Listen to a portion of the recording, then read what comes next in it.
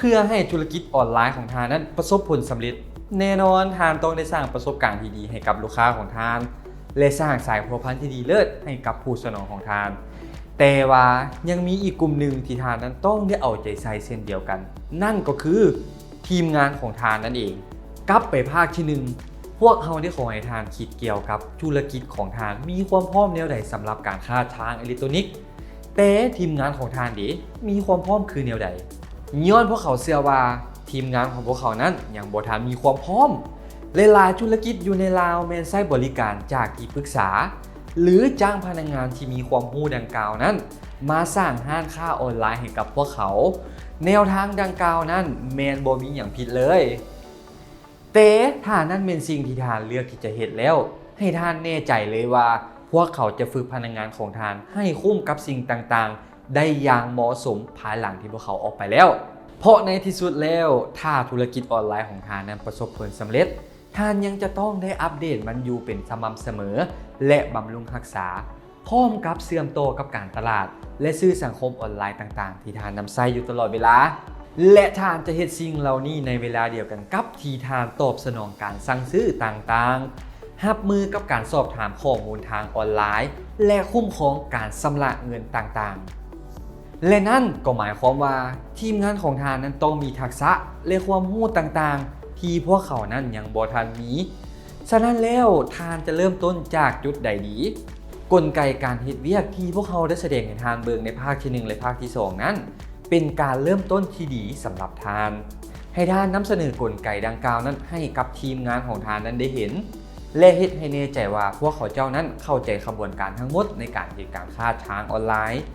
แทนที่จะให้พวกเขาได้เห็นเพียงแต่หน้าเวียกที่พวกเขานั้นถูกจ้างมาเฮ็ดเท่านั้นทานยังจะต้องได้ฝึกฝนทีมงานของทานเกี่ยวกับการเฮ็ดการค้าทางอิเล็กทรอนิกส์อีกด้วยตอนนี้สิ่งดังกล่าวเบิ่งคือว่าค่อนข้างจะจ่าแจ้งแต่ความเป็นจริงแล้วบ่แม่นเช่นนั้นเลยนายจ้างบางคนเชื่อว่าการที่มีความรู้ทั่วไปจะเพียงพอสำหรับทีมงานของพวกเขาที่จะประสบผลสำเร็จนั่นยังแม่นปริศนาอยู่ทีมงานของทานควรจะต้องได้ฝึกฝนเกี่ยวกับวิธีการเหตุการค้าทางอิเล็กทรอนิกส์และองค์ประกอบที่มีอยู่ในนั้นการค้าทางอิเล็กทรอนิกส์พัวพันถึงการตลาดดิจิตอลการออกแบบหน้าเพจสินค้าการจัดส่งและการบริการจรรยาบรรณการบริการลูกค้าออนไลน์ราคาการเข้าถึงสังคมการโฆษณาการวิเคราะห์ข้อมูลและอีกหลายๆด้าน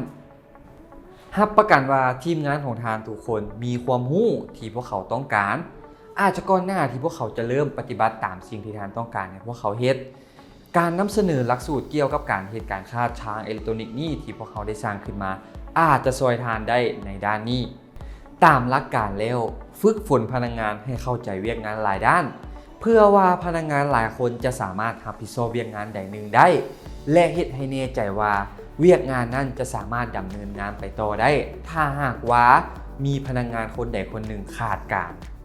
และจื่อไว้ว่าสิ่งที่เหนือกว่าทักษะคือคุณลักษณะที่สำคัญที่ทานต้องการให้ทีมงานของทานนั้นมีนั่นก็คือความกล้าที่จะเผชิญกับปัญหาและเรียนรู้เอาสิ่งใหม่ๆที่จะเข้ามาถ้ามีสิ่งใดหนึ่งคงที่ในโลกดิจิตอลแล้วนั่นเป็นการเปลี่ยนแปลงและทีมงานของทานจำเป็นต้องได้มีความคิดที่จะยอมรับได้กับการเปลี่ยนแปลงที่สามารถเป็นไปได้อย่างว่องไวแต่ทานสามารถเฮ็ดให้มันง่ายขึ้นโดยการที่ให้แน่ใจว่าทานได้ให้เครื่องมือและกระบวนการต่างๆที่พวกเขาต้องการเพื่อให้ประสบผลสำเร็จเครื่องมือต่างๆเช่นว่าการวิเคราะห์ข้อมูลจาก Facebook Google และเว็บไซต์ของทานเองหรือทานสามารถที่ให้มันง่ายขึ้นสำหรับทีมงานของทานโดยการบอกลูกค้าว่าทานจัดส่งสินค้านั้นทุกๆวันพฤหัสเฮ็ดให้การสนองมีประสิทธิภาพหลายขึ้นโดยการเฮ็ดครั้งเดียวพร้อมกันและทานสามารถให้คำเห็นกับทีมงานของทานเพื่อเป็นประโยชน์แก้การดำเนินงานของพวกเขา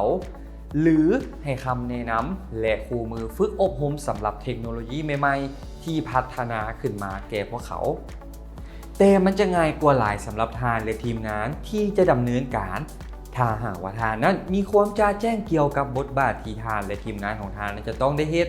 ในการสร้างธุรกิจการค้าทางอิเล็กทรอนิกส์ของทานและพวกเขาจะมานำเสนอเกี่ยวกับว่าสิ่งเหล่านั้นมันเป็นหยังในบทเรียนต่อไป